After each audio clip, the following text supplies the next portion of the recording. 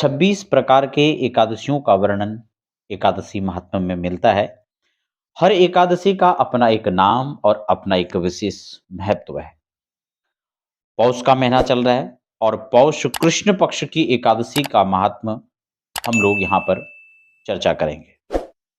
भगवान श्री कृष्ण ने युधिष्ठिर को यह दिव्य संवाद एकादशी महात्म्य का श्रवण कराया।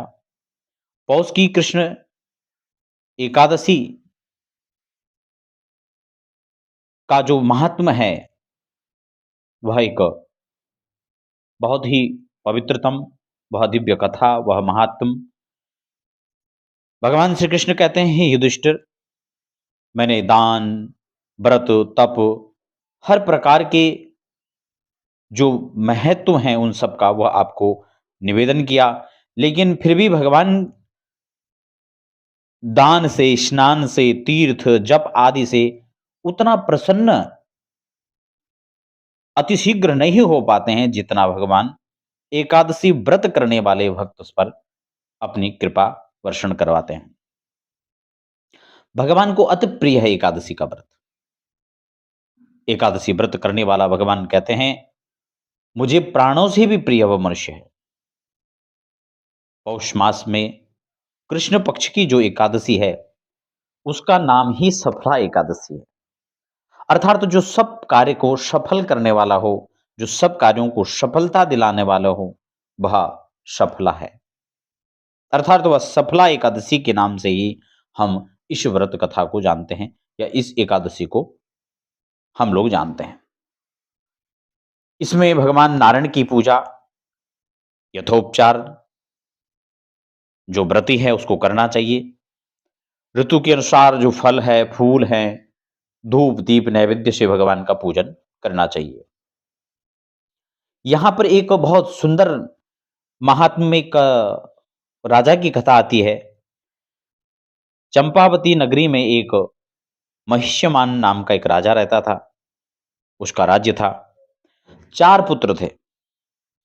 बड़े पुत्र का नाम था लुम्पक। लेकिन यह राजा सदाचारी होने के बावजूद भी यह पुत्र दुराचारी था। मांस, मदिरा, परस्त्रीगमन, वैश्यों का संग आदि कुकर्मों में यह संपूर्ण जीवन को इसी प्रकार से रत रखता था। पिता ने उसे अपने राज्य से उसका परित्याग कर दिया, उसको निकाल दिया, परित्यक्त वहां से कर दिया और यह वनांचलों में रहने लगा। एक पीपल के वृक्ष के तले यह अपना आश्रय बनाकर के, आशियाना बनाकर रह रहा था। और पीपल का वृक्ष तो आप सब जानते हैं भगवान को अति प्रिय। भगवान ने गीता में कहा, अस्वस्थ मैं वृक्षों में हूं, वृक्षाणाम अस्वस्थम। और यहां पर अन्य देवताओं की भी क्रीड़ा स्थली आप इसको कह सकते हैं। ऐसे में पतित पावन वृक्ष के नीचे यह लुम्पक अपना आश्रय बनाकर रह रहा था। परंतु फिर भी वह वहां पर रहकर भी दुष्कर्म में ही लिप्त रहा। एक दिन पिता के राज्य में जाकर चोरी करने लगा और संयोगवश वहां सुरक्षाकर्मी जो थे उन्होंने इसको पकड़ लिया। पौष की रात्रि थी, पौष मास चल रहा था, सर्दियों का समय होता है और कृष्ण पक्ष की 10वीं का संयोग था। रात्रि में जब यह अत्याचार करके, लूटमार करके निकल रहा था तो वहां पर जो सुरक्षाकर्मी थे उन्होंने इसको पकड़ लिया। अनेक प्रकार से जो भी दंड व्यवस्था थी उसके अनुसार दंड दिया और इसके वस्त्र आदि उतार कर इसको छोड़ दिया। आप समझ सकते हैं सर्दी का समय था। बेचारा पीपल की उसी वृक्ष की उसी शरण में यह पहुंचा। इधर हेमगिरी पर्वत का जो पवनबंध था वह चलने लगा। शरद की वह सर्दी थी महाराज, और लुम्पक जैसा पापी जो था वह उसके अंगों में सर्द का प्रभाव, ठंडी का प्रभाव हुआ और उससे गठिया रोग इसको हो गया। हाथ पांव जकड़ गए। अब शरीर जो था वो कार्य करने में असमर्थ हो गया, अक्षम हो गया। सूर्योदय होने पर दर्द बना रहा।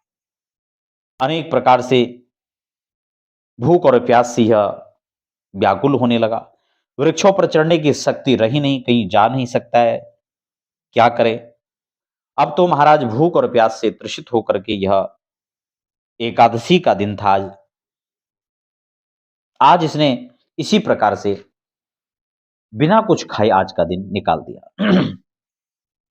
और भगवान से प्रार्थना करता है कि ऐसे में तो मेरा शरीर छूट जाए तो ज़्यादा अच्छा है, क्योंकि अब इस प्रकार से जीना बहुत मुश्किल हो जाएगा।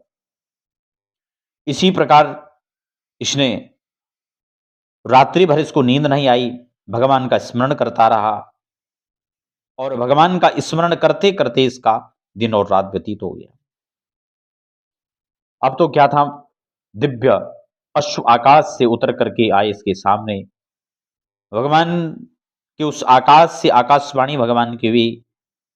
भगवान श्रीहरि कहते हैं कि तुमने अनजाने में ही सही, लेकिन सफला एकादशी का व्रत तुमने किया और उसके प्रभाव से तुम्हारे समस्त जो पाप हैं वह नष्ट हो चुके हैं, क्योंकि अग्नि में चाहे जानबूझ करके हो चाहे अनजाने में हो, अगर उसमें हाथ लगेगा तो वो निश्चित रूप से जला देगा। वैसे ही एकादशी व्रत चाहे कोई जानबूझ करके करे या अनजाने में करे, वह तो अपना प्रभाव निश्चित रूप से दिखाती ही है। तब ऐसे में भगवान का आदेश हुआ, कहा तुम इस घोड़े पर आरूढ़ होकर के, अश्वारूढ़ होकर के आप अपने पिता के पास जाओ, तुमको राज्य भी मिलेगा, क्योंकि तुम्हारे सभी मनोरथ सफल हो जाएंगे, क्योंकि तुमने सफला एकादशी का व्रत किया है। प्रभु की आज्ञा से लुम्पक राजा के पास गया, अपने पिता के पास गया और उसके प्रभाव से समस्त पाप इसके संपूर्ण खत्म हो चुके थे। अब तो क्या था, पिता ने प्रसन्न होकर राज्य गद्दी पर बिठा दिया, क्योंकि जिस पर भगवत कृपा हो जाए, जा पर कृपा राम की होई, ता पर कृपा करहि सब कोई। यहां पर कोई विशेष आश्चर्य नहीं था, भगवत कृपा थी, राज्य गद्दी इसको प्राप्त हो गया और तब से राजा लुम्पक बने और लुम्पक के राज्य में हर व्यक्ति, हर उसकी जो प्रजा थी, वो समस्त प्रजा एकादशी का व्रत विधि विधान के साथ किया करती थी। यह सफला एकादशी का महात्म जो व्यक्ति सुनता है या सुनाता है, उसे अश्वमेध यज्ञ का फल प्राप्त होता है। इसलिए आप कोई सामान्य नहीं है। जो भगवान की दिव्य कथाओं में एकादशी महात्म और एकादशी महात्म में भी आप एकादशी का महात्म श्रवण कर रहे थे। तो बंधुओं, इस प्रकार से इस एकादशी का व्रत करना चाहिए। यथा उपचार जो भी आपके पास सामग्रियां हैं, उससे भगवान की पूजा अर्चना करनी चाहिए। और आज के दिन आप किसी भी प्रकार से जो दीनहीन हैं, जो गरीब हैं, जो सर्दी में ठिठुर रहे हैं, उनको आप अनेक प्रकार से वस्त्र, अन्न आदि उनको आप दान कर सकते हैं और इसका महात्म का लाभ ले सकते हैं। इस दिन नारियल, नींबू पानी, अनार, सुपारी आदि भगवान को अर्पण करके और भोग लगाने के पश्चात स्वयं जो है अगले दिन जब व्रत का पारणा होता है, उस प्रकार से पारणा करना चाहिए और तिल और गुड़ का दान भी करना चाहिए। यह अपार सागर से, संसार सागर से जीवन को मुक्त करता है। लक्ष्मी नारायण भगवान की जय।